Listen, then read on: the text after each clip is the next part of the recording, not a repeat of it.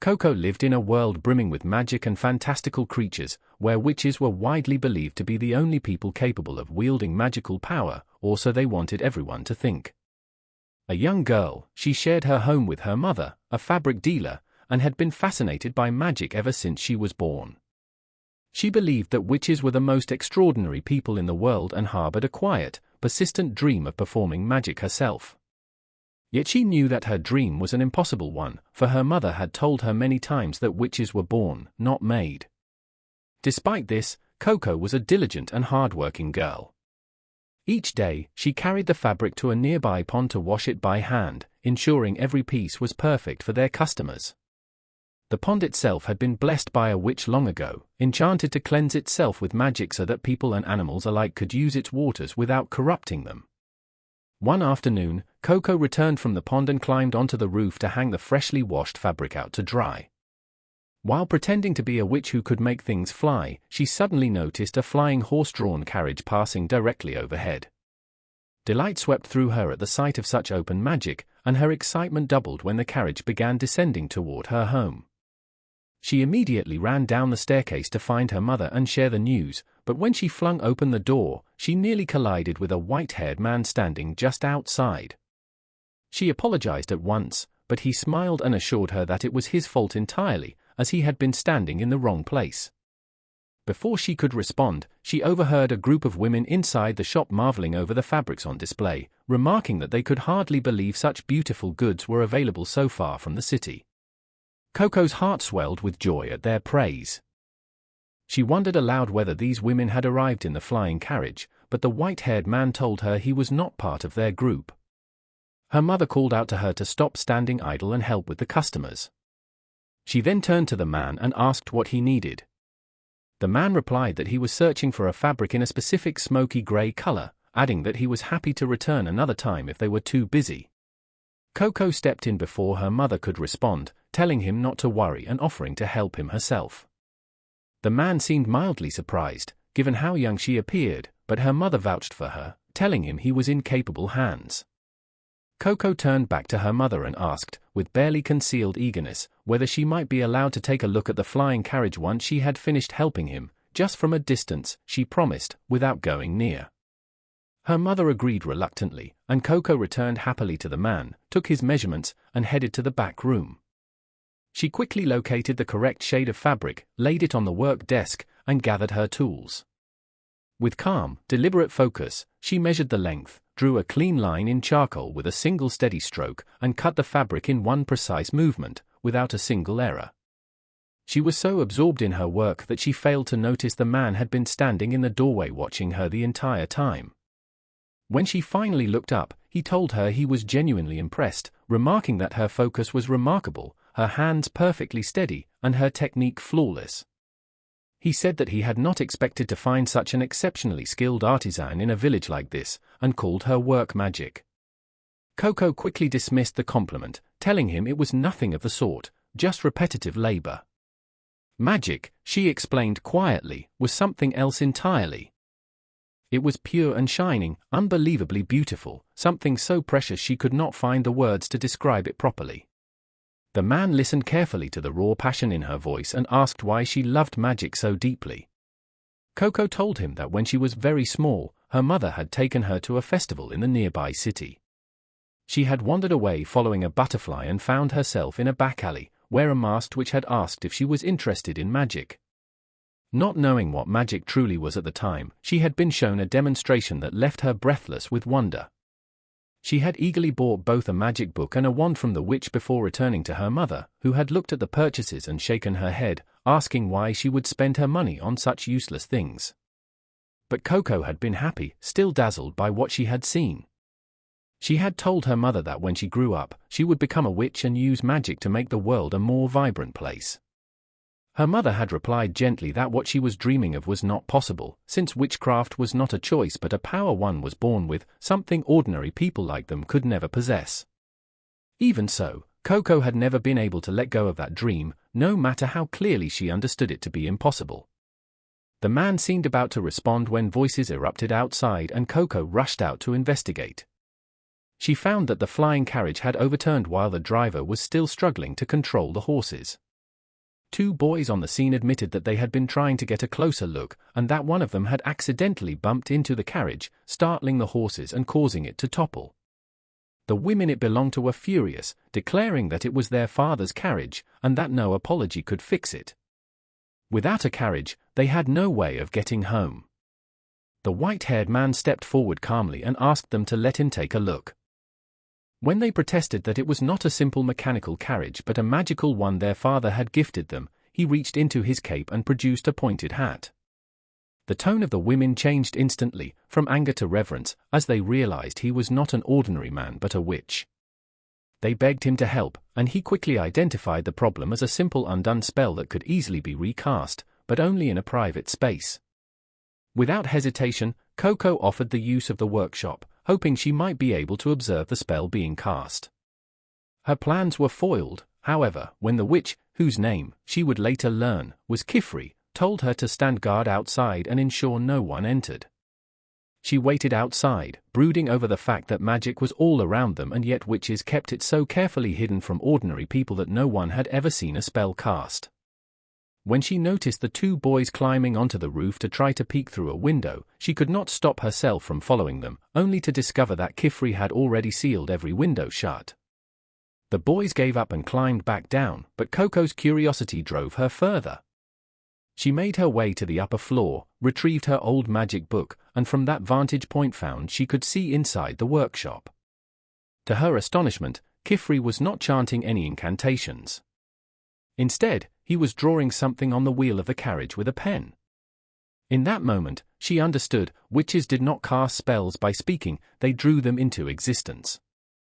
As soon as Quifrey finished and moved toward the door to call her in, Koko scrambled back to her post.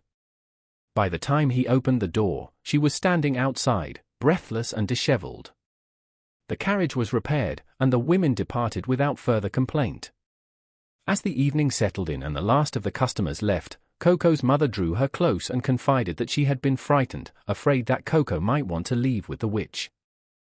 Since losing her husband to illness, she told her daughter, Koko was the only thing in the world she could not bear to lose. Koko assured her mother firmly that she would never leave, and the two held each other tightly before going inside to share a warm dinner. After changing into their nightgowns and saying their good nights, Koko climbed the stairs to her room. Once alone, she pulled out the magic book and the wand she had bought as a child and examined them with new eyes. She realized the wand was simply a pen, and the picture book was a guide to creating magical symbols. She sat down at her desk and began carefully copying one of the designs onto a rough sheet of parchment. After some effort, she had a rough approximation of the design, though she did not notice that the enclosing circle was not yet complete. Then, just as she was beginning to think it hopeless, a drop of ink fell from her pen and closed the circle. Sparks erupted from the paper immediately. Koko nearly leapt from her chair in joy, bouncing up and down as she realized she had just performed real magic. Emboldened, she began trying different symbols from the book and even managed to produce fire on the page. After several attempts, she started to understand the principles. The larger the drawing, the more powerful the spell, the neater the lines, the longer the spell would last. Drawing both big and neat was difficult, so she devised a plan to trace the patterns from the book rather than copy them freehand. She turned to a fresh page and began tracing a new pattern. Behind her, unnoticed, darkness began to spread across the room. The moment she completed the spell, someone seized her from behind and leapt out of the window. It was Quifrey, and he looked terrified. As they flew through the air, he demanded to know which spell she had just cast. Koko, equally terrified, replied that she had no idea. A moment later, they both heard her mother wake, disturbed by the commotion, and watched in horror as the entire house began to transform into a crystalline structure of ice. Quifrey realized, with a cold dread, that Koko had unknowingly tapped into forbidden magic. There was no time to warn her mother, who was encased in crystal along with the house. Koko lost all composure and began kicking and struggling to free herself, desperate to reach her mother. Quifrey could not release her in mid-air, but she wrenched free anyway and would have plummeted to her death had he not caught her at the very last second. Even then, she pulled away and ran toward her mother, heedless of the danger. Once again he snatched her up, this time carrying her back into the air as she wept and apologized, saying she had not known what the spell would do. Quifrey told her he believed her. He explained that the truth about magic had been kept from ordinary people precisely to prevent tragedies like this. All that was required to perform magic was a special ink and a set of casting seals, nothing more. But the most sacred rule among witches was that this knowledge must never be shared with outsiders. Now that Koko knew the truth, he told her he had no choice but to remove her memories. Koko begged him not to. If she forgot everything, she asked, how would she ever save her mother? She knew all the drawings by heart, she said, and all she wanted was to find a way to reverse what she had done. Quifrey considered this carefully, and a new thought occurred to him. The person who had sold her the book might be a member of an underground faction of rogue witches working to undermine the order. If so, Koko's memories could provide a vital link to that group. He asked her whether finding the witch who had sold her the book might lead to a cure for her mother. He admitted there was a small chance it might. Koko pleaded with him not to erase her memories, promising she would do anything to save her mother. Quifrey asked her two things, whether she would always keep the secret of magic, and whether she was willing to work hard to learn it properly. Koko said yes to both without hesitation. Then, Quifrey told her she was now a witch. The shock and emotion of the night proved too much for her, and she fell asleep peacefully in his care. When Koko awoke, she found herself cold beneath the morning sun, sitting inside a flying carriage beside Quifrey, who told her they were almost at their destination and draped a warm cape over her shoulders against the chill. Soon a clearing came into view, and Quifrey explained that what lay ahead was his personal workshop, where he conducted his magical research, and which would be Koko's new home while she learned to understand and control her abilities.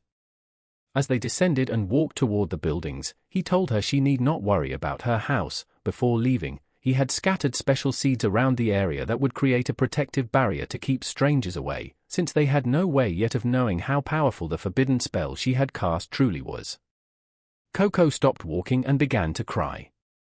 Quifrey looked back in confusion, and she told him that just the day before she had promised her mother she would never leave, and already she had broken that promise. He comforted her gently, assuring her they would find a way to free her mother from the spell. But for now, he said, she needed to dry her tears, because this was to be her home until she had mastered magic well enough to help. He produced a small device containing a ball of water he had conjured from the moisture in the air, and handed it to her so she could wash her face. While she was still puzzling over how to use it, a voice came from behind her. She turned to find a girl roughly her own age with pink hair, who smiled and explained how the device worked. Tilt it, and the water pours out. Koko thanked her warmly. Before the girl could reply, a second apprentice appeared, this one with blue hair, who greeted Koko briefly before continuing on her way, carrying a bundle of pens and ink. Koko noticed the tools and asked if they were witches. The pink-haired girl said they were apprentices, and asked if Koko wasn't one as well. Koko smiled and said it might be a little early to call herself that, given she had only drawn her first spell a few hours ago and knew virtually nothing about magic. The atmosphere shifted the moment the words left her mouth. Both girls stared at her with something close to fear.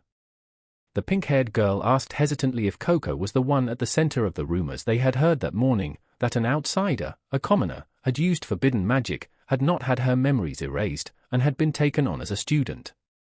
Koko had no idea any such rumors were circulating.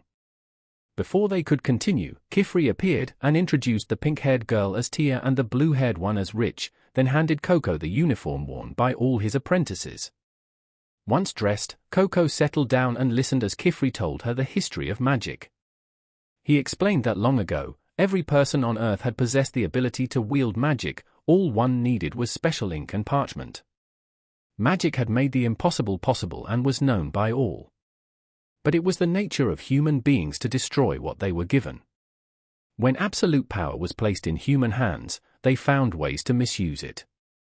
Terrible and dangerous spells had been created, wars had been waged, and devastation had spread without any true winners. In that dark era, a group of powerful and wise mags had turned away from violence and created a spell capable of removing memories from the entire human race, one that erased all knowledge that magic could be used by anyone. From that day forward, only the disciples of those original mags were permitted knowledge of the craft. The rest of the world came to believe that magic was a power granted only to those born as witches.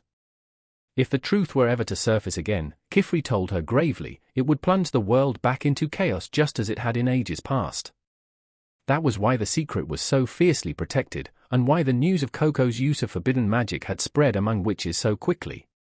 Koko looked down, guilt-heavy in her expression, and asked what exactly constituted forbidden magic. With a look of sadness, Quifrey replied that forbidden magic included any spell that had originated from the age of war and destruction, all spells designed to harm or control other people. He then took her down to a basement, explaining along the way that while forbidden magic was broad in scope, there were certain clear categories. The first covered magic used directly on a person, transformation, age alteration, manipulation of thoughts, and the direct healing or harming of individuals. The sole exception was memory removal, which was permitted in circumstances where an outsider had discovered the secret of magic. This was also why most spells were cast on objects, carriages, lamps, windows, rather than people. To illustrate, Quifrey showed her a set of richly colored windows that, when rotated, functioned essentially as portals, transforming the view outside from mountains and grassland into a misty lake. He then pointed out in the distance a great tower, the Tower of Tomes, explaining that whenever a magical book was written anywhere in the world, a copy was instantly created inside the tower so that no magical knowledge could ever be lost. Koko immediately asked Quifrey to take her there so she could find the copy of the picture book that had started everything, but he cautioned her not to rush. A moment later, a deep rumble shook the air as an enormous snake surged up from the lake and splashed water through the open window, knocking them both down. Quifrey quickly rotated the window back to their normal surroundings and explained that reaching the Tower of Tomes required passing the trials of 4 librarians who guarded it. She would have to become a capable witch before she could think about attempting that. Recognizing he had perhaps been too intense on her very first day, he turned the window to a scene of white flowers in a sunlit meadow and told her that the magic not forbidden by their laws was magic that brought joy and beauty to the world, and that was where they would begin. With that, he showed her to the room she would share with another apprentice named Agot, pointing out that while they would share a workshop, their bedrooms would remain private. He left her to settle in. Koko looked around the workshop with wide, wondering eyes, thinking of how she had always imagined what a witch's workspace might look like, and now here she was. Before she could touch anything, a voice called from above, and she stepped aside as a short-haired girl dropped smoothly to the floor, introducing herself as Agot and confirming she would be Koko's roommate. Koko greeted her with warmth, but Agot's manner was cold. She asked bluntly whether Koko was the famous outsider everyone had been talking about. Koko looked down at her feet. Agot then said, with deliberate coldness, that she supposed Koko must feel terrible knowing that her mother might never return to flesh and blood because of her own mistake. Koko straightened and defended herself, saying she was there precisely to fix that, and that she intended to work hard as an apprentice. Agot seemed determined to press further, voicing what seemed like jealousy, pointing out that every other apprentice had studied relentlessly and passed multiple examinations to earn their place, yet here was a commoner who had never done any of it, handed an apprenticeship simply because she had stumbled into forbidden magic. Before things could escalate, however, Tia and Rich appeared at the door to call them down for dinner. That evening they shared a simple meal of bread and vegetable soup. The following morning, Koko's real education began.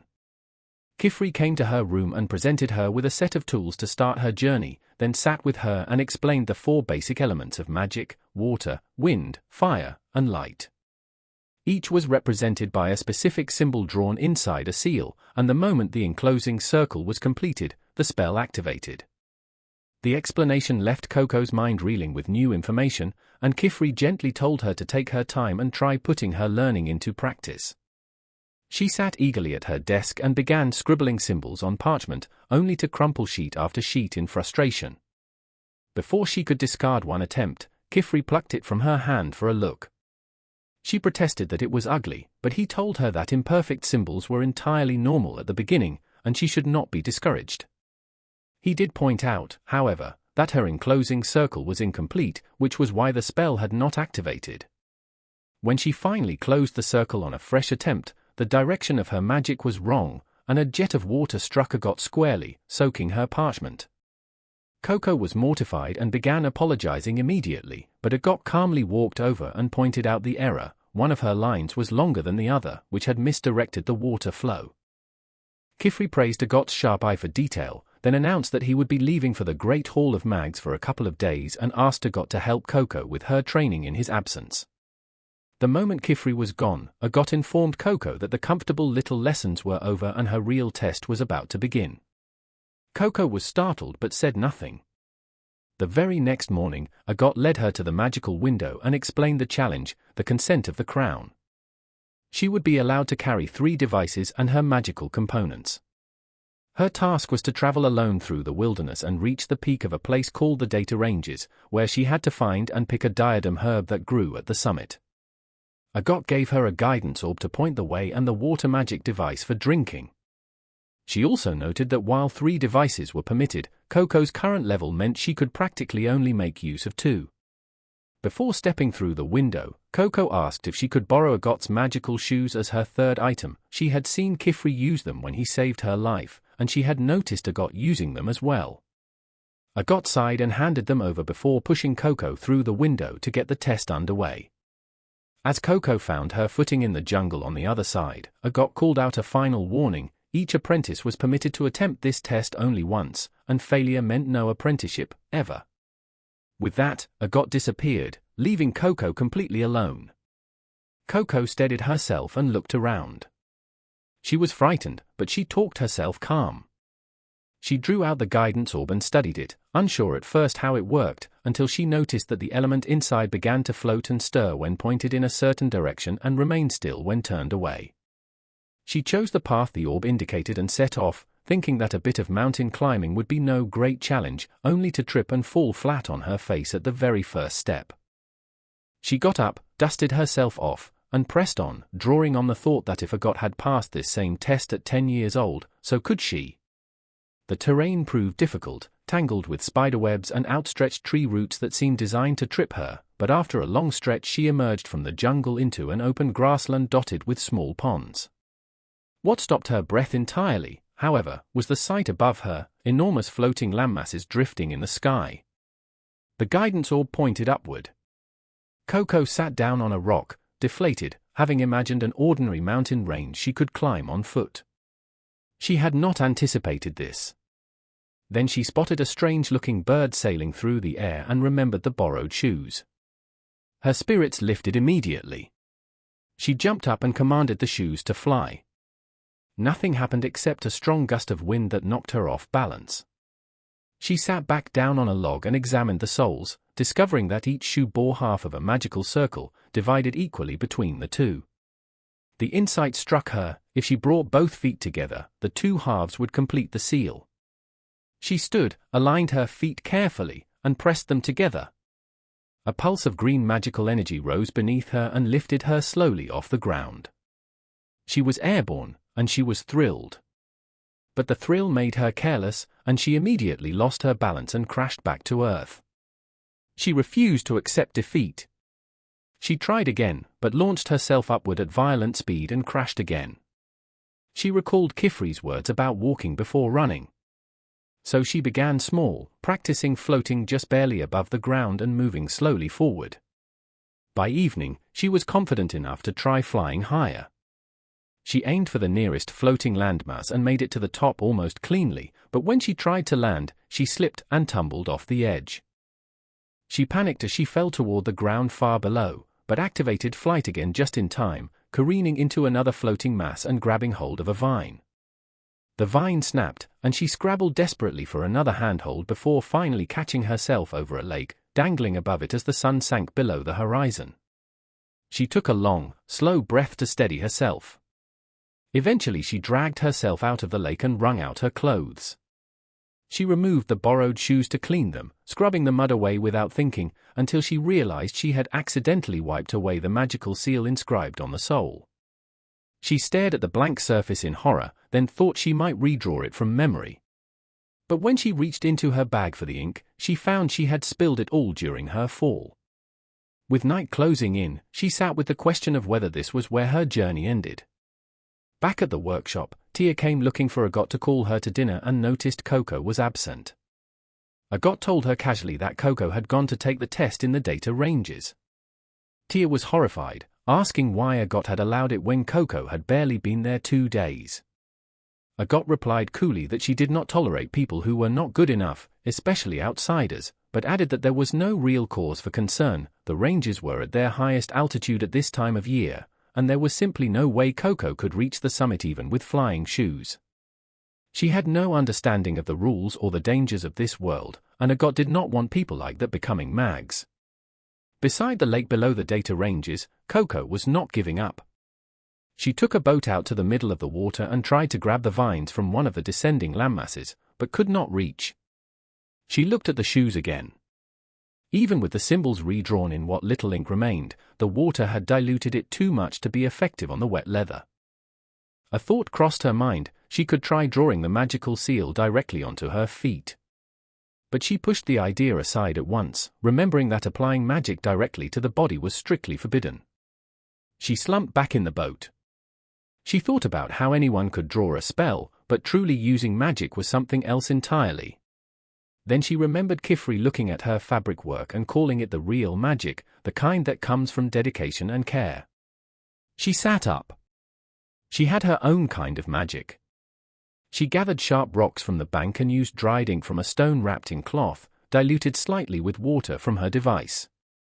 She spread her cape across the ground as if it were a length of fabric on her mother's workbench and drew a long, perfectly straight line, the kind that came from years of practice, followed by the cleanest, most precise magical seal she had ever produced. She decided to use the tools she had always known rather than struggle with skills she had not yet mastered. She also deliberately drew one line slightly longer than the others, recalling Agot's observation that uneven lines caused magic to deviate in a particular direction, hoping to use that effect intentionally, to steer herself. By the time dawn broke, the sail was finished. She completed the circle with her pen, and wind immediately began to gather around her. Before doubt could take hold, she was launched forward with extraordinary speed. The boat split apart beneath the force of it, but she clung to the sail and rose into the sky, the canvas billowing and catching the air above her like a paraglider. For the first time in her life, she flew entirely on her own magic.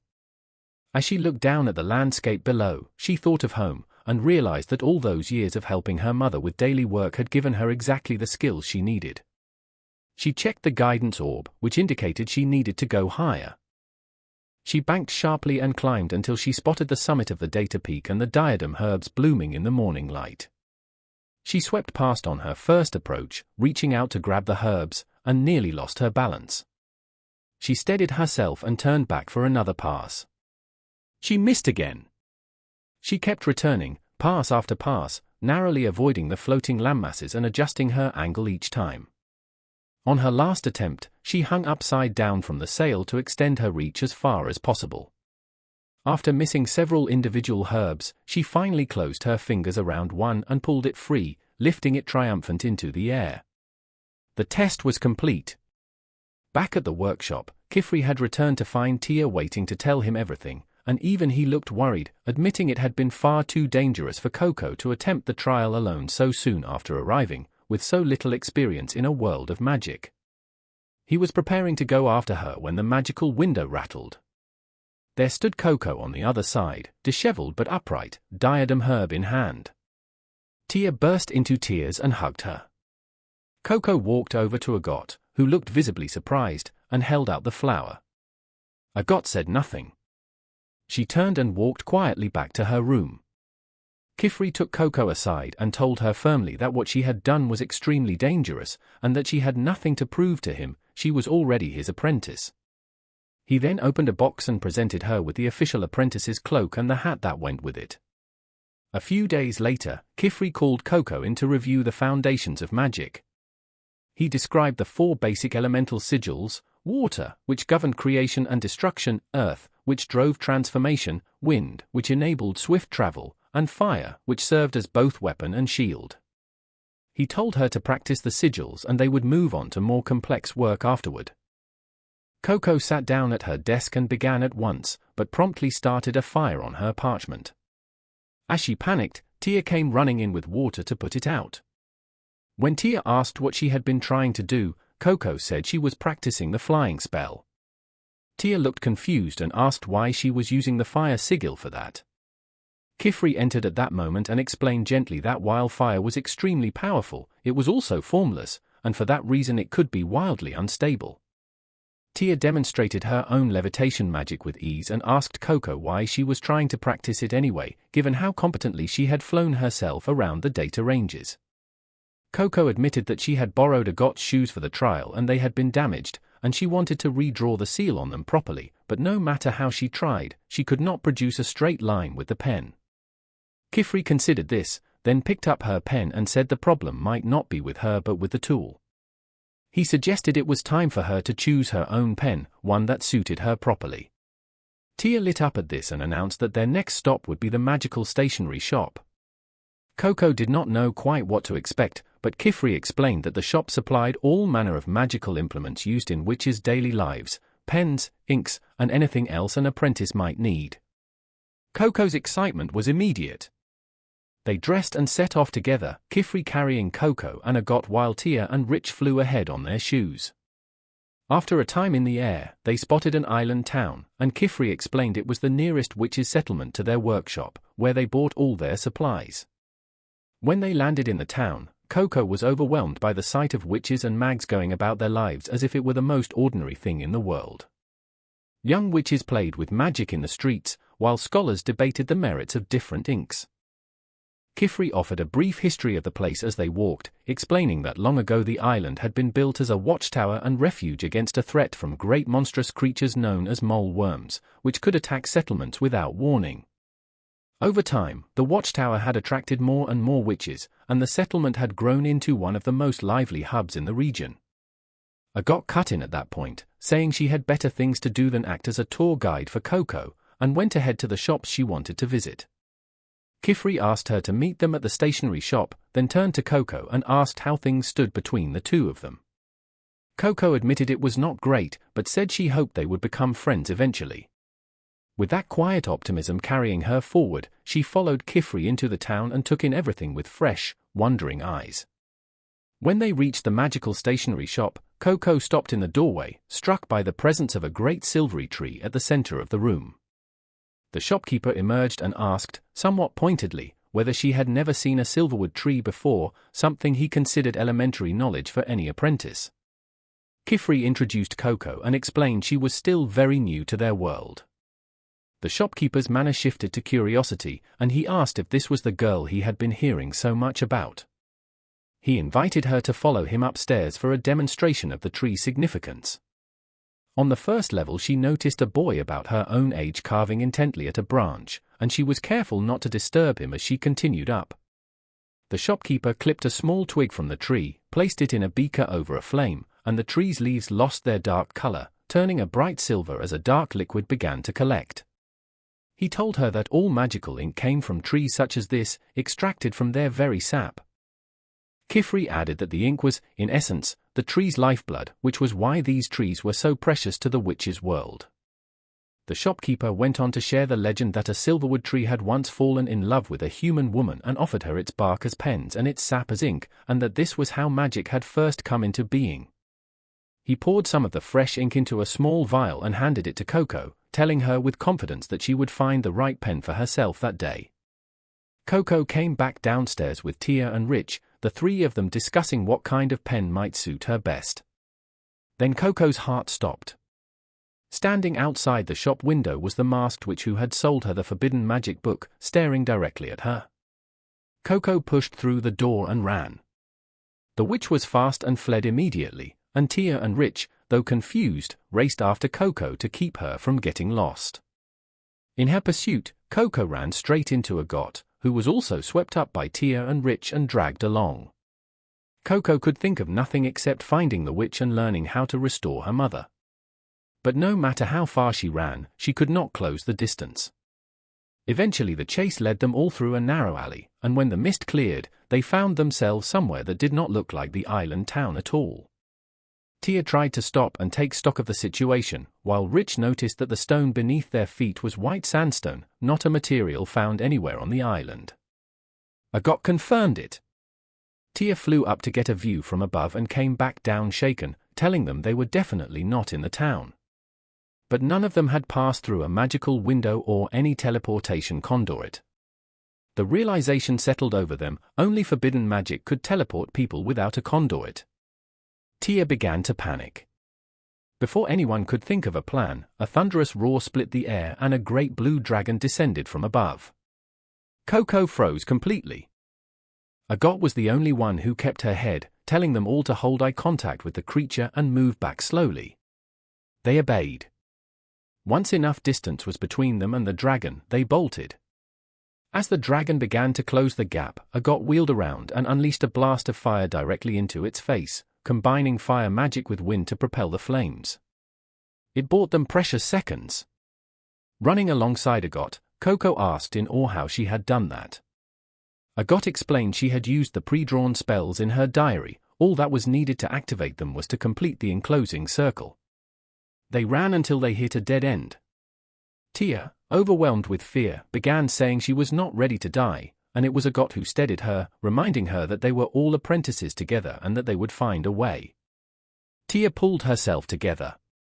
The group formed a plan. Tia would use a flying spell to create a diversion with her cloak, drawing the dragon's attention, while Agot worked on breaking through the wall in front of them. But as Agot was midway through drawing the necessary symbols, Koko noticed a strange magical circle on a distant wall and tried to point it out. She called to Agot, and in doing so broke her concentration, causing her to botch the symbol. Agot's composure broke. She turned on Koko and told her harshly that one should never interrupt a witch in the middle of drawing, and went further, saying what they all knew, that Koko herself had turned her own mother to stone. Koko stood very still, wounded. Tia did not know what to do. Before anything worse could happen, Rich quietly produced a series of spells on the wall and blasted through it. The others filed through immediately. Koko hesitated on the other side of the breach, wondering whether she deserved to follow at all. Back in the town, Quifrey had been searching the streets for the girls when the shopkeeper's apprentice told him he had seen them chasing after a witch wearing an unusual kind of hat. The description told Quifrey everything: the Brimhat Witches, a rogue faction devoted to reigniting the chaos of the old age through the use of forbidden magic. He had not expected one to find Koko so soon. He had no way of knowing where the girls had been taken, until the small furry creature Koko had befriended at the data ranges appeared and began leading him in a clear direction. He followed it, praying the girls were safe. Inside the maze, the apprentices kept running, only to find themselves arriving repeatedly at the same spot. The dragon circled above, still hunting. Agot worked out what was happening. The area had been bewitched to make them run in circles. She told the others to conserve their energy and find somewhere to hide. They found a quiet corner and crouched together. Koko noticed that Tia was still trembling with cold and fright. She apologized quietly for putting everyone in danger.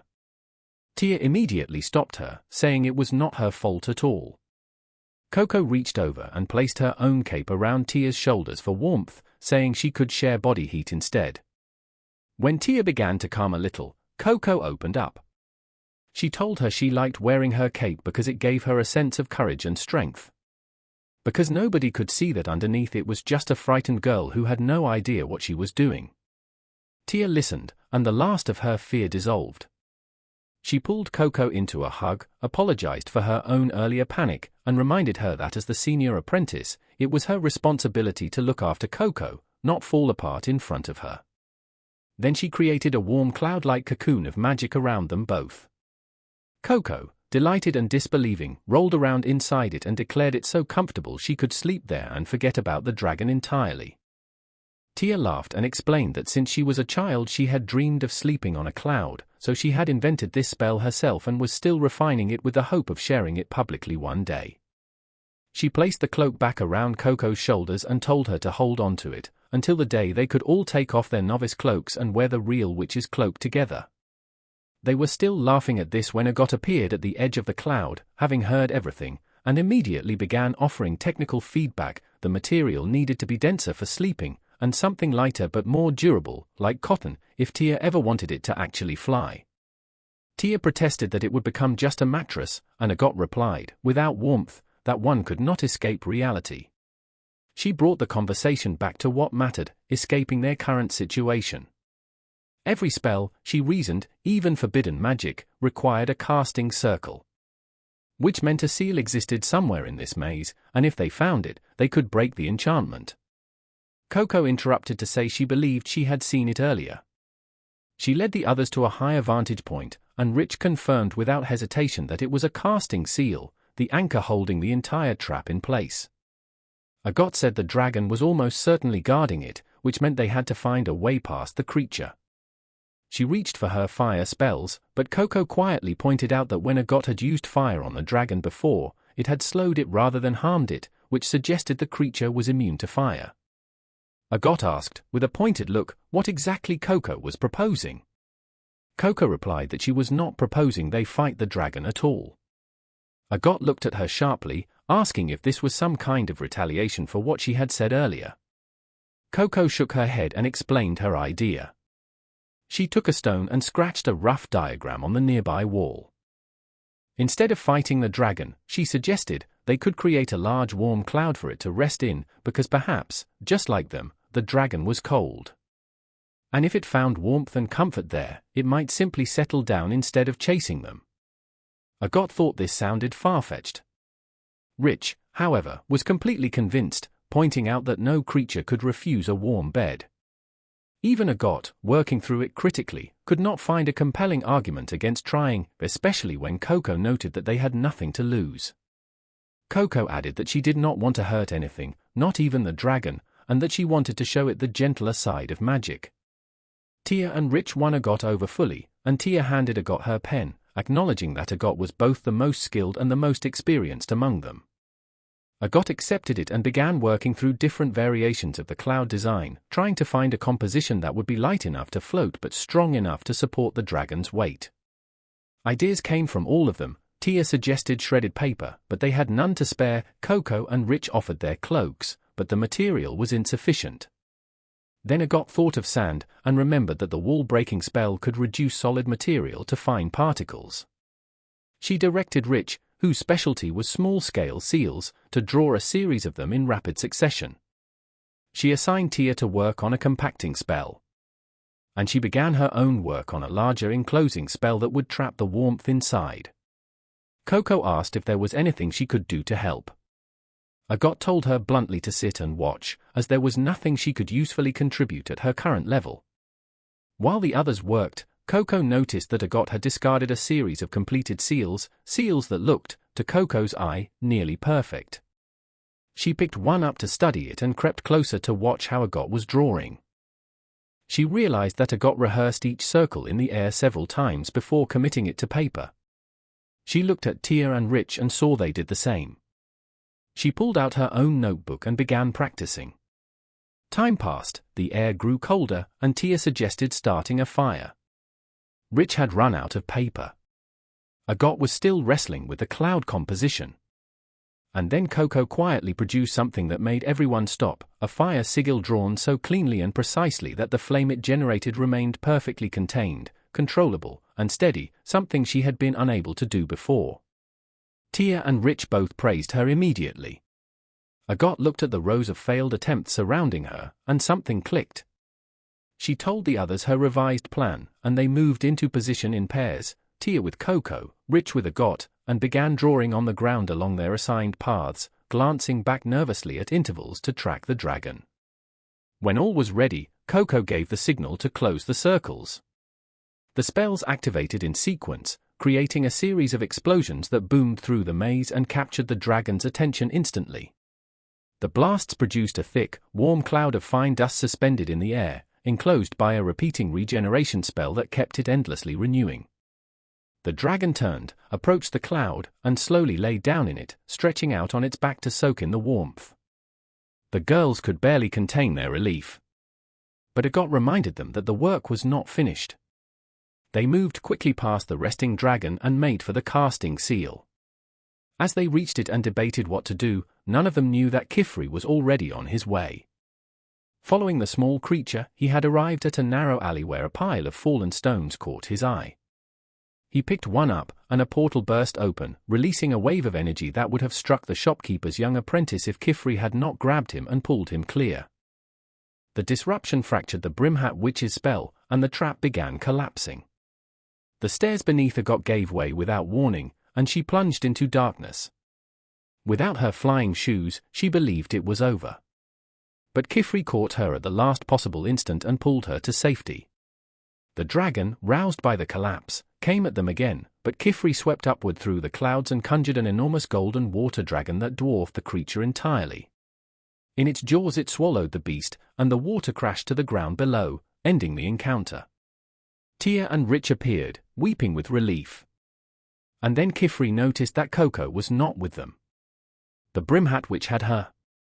The woman told the unconscious girl that she was preparing her for a purpose, and promised to teach her things Quifrey never could. When Koko next opened her eyes, she was in an alleyway of the island town, surrounded by Quifrey and the apprentices. Quifrey told her they had found her on the staircase, unconscious, and immediately asked whether the witch had tampered with her memories. Koko said she was all right, just shaken. Then the full weight of the day hit her, and she began to cry, apologizing for putting everyone in danger. Quifrey lifted her hat back onto her head and told her that, from what he had heard, all of them had shown remarkable skill and determination to survive what they had faced, and they should be proud. He gathered his apprentices together and they prepared to leave. Before going, Quifrey took a quiet word with the shopkeeper and asked him to examine the ink used in the forbidden spell and to keep the matter off the books. The shopkeeper started to say that forbidden magic was not something he could overlook, but a single look from Quifrey silenced him, and he agreed. Some time passed after the incident. The girls returned to their usual routines in the workshop, practicing their magic each day. As on every other day, Agot found her concentration broken by the sounds of Koko struggling at her desk, crumpling parchment, starting over, sighing in frustration. Rather than snap at her, Agot collected herself and took her work outside to practice in peace. She closed her eyes and, with one clean motion, drew a circle that launched a beam of light into the sky. She was pleased, though she knew the beam was still weaker than she wanted. Inside, Koko lay flat on her desk in defeat. She picked up her stone with its ink, which still felt natural in her hands, then reminded herself it was only good for drawing large symbols on wide surfaces. For the small diary-sized work that most magic required, she needed to master the pen. And she had never gotten the chance to choose her own pen, having been chased from the stationery shop before she could. She thought about how Quifrey had told her that even having ideas was a significant part of magic, that she had contributed meaningfully even during the crisis. She got up and tried to encourage herself. But deep down, a quiet fear remained, that she would never be as capable as the others. Her eyes grew heavy with the weight of it all, and she began to drift. Quifrey appeared behind her and said kindly that if she fell asleep out in the open she would certainly catch cold. Koko sat up and insisted she had only been blinking very slowly. He laughed softly and invited her to follow him to the kitchen. She trailed after him, drawn by the warm, wonderful smell coming from the stove.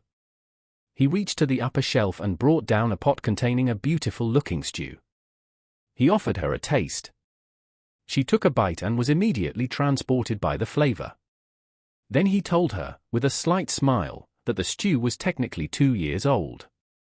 Her expression froze and she stopped chewing. He quickly reassured her, the pot had been enchanted with a spell on the lid that caused it to recook the entire dish fresh every time it was opened. Without regular maintenance of the circle, the magic would simply fade. He laid some yams on the table and told her to bake one using her fire magic, since she already knew how to create a controlled flame. She drew the fire sigil carefully and produced a small, steady flame. But when she tried to place the yam into it, the yam passed straight through the fire and extinguished it. Quifrey told her she needed to add a levitation sigil as well so that the yam could float inside the flame while it roasted.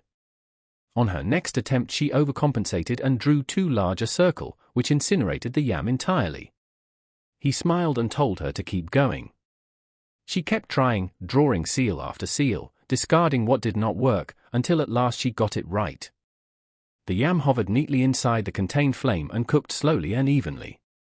When she lifted it out with tongs and Quifrey opened it, it was perfectly done all the way through. He asked if she still felt sleepy. She realized she did not. He told her that the first element he had ever truly mastered was water, because he had been terrified of being wet as a child and had tried to avoid every situation involving it.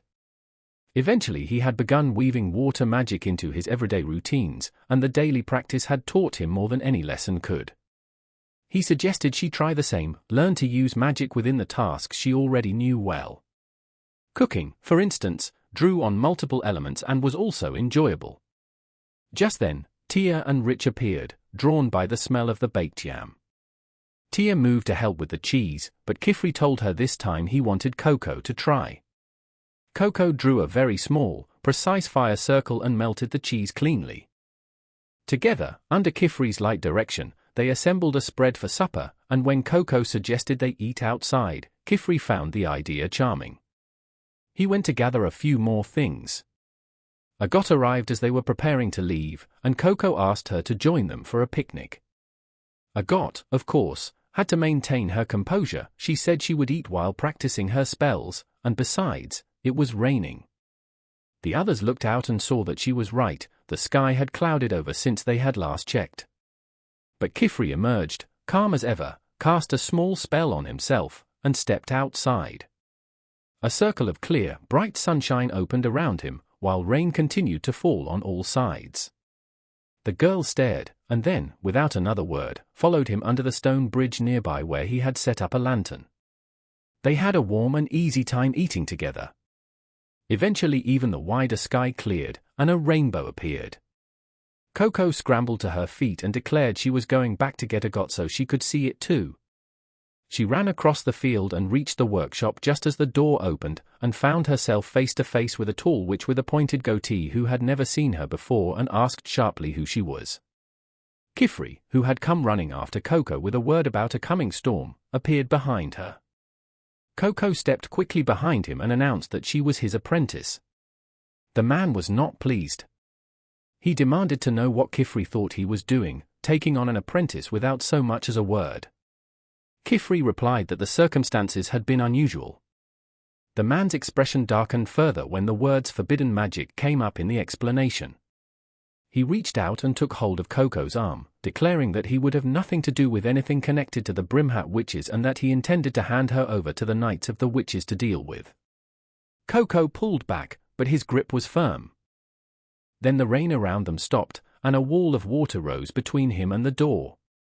Quifrey stepped forward calmly and told him that while he considered this man a dear friend, he could not allow anyone to lay hands on Koko.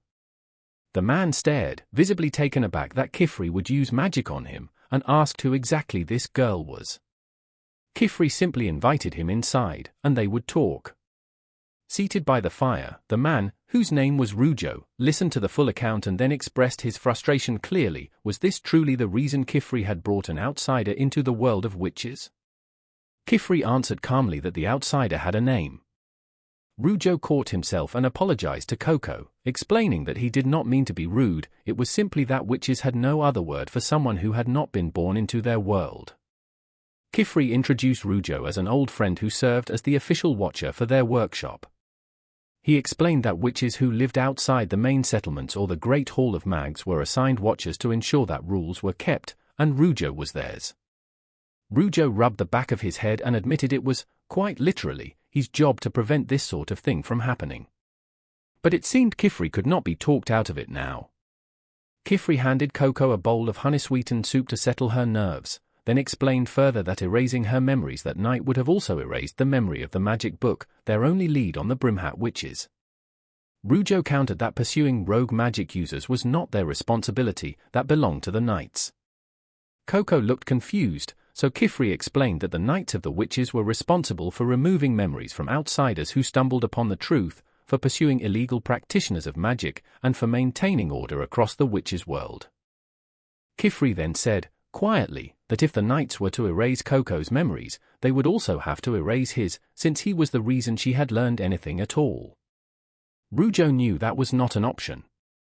He conceded the point, warning that if anything further went wrong he would report the whole matter to the Great Hall, and then left to his own quarters. Quifrey turned to Koko and told her she had nothing to fear, adding that she had already proved herself through the test she had taken on her own power. He told everyone to dry off and went to prepare dinner. Koko noticed her small pet was missing, and followed her instinct to Rujo's room, where she slipped in quietly. Rujo spotted her at once and handed the creature back, dry and warm. She noticed that the stones in the floor glowed softly beneath her feet. She cried out with delight. Rujo explained that it was a spell of his own design, and began to show her how it worked, only to find Koko rolling joyfully across the floor, declaring that this was the exact kind of thing that had made her fall in love with magic in the first place, and thanking him from the bottom of her heart. Rujo flushed red and expelled her from the room, telling her firmly never to come back in. The following day was grey and wet as the rain continued steadily. Agot tried to practice her magic in the workshop but kept losing concentration to the sound of rain against the glass. She decided this too was a form of training and forced herself to focus.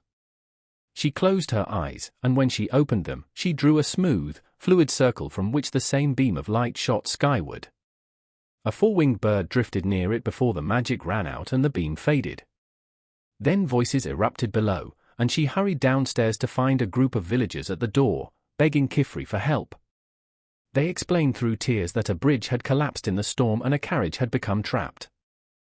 A man clutched at Quifrey's sleeve, saying his son was inside that carriage. Quifrey told him he would come at once. He turned to Agot and told her to keep the others inside. But Agot stepped forward and told him to take her with him. She promised she would not get in his way, and that she would be of use. This is where the video ends. Remember to like and subscribe to the channel. Thank you for watching, and I'll see you next time.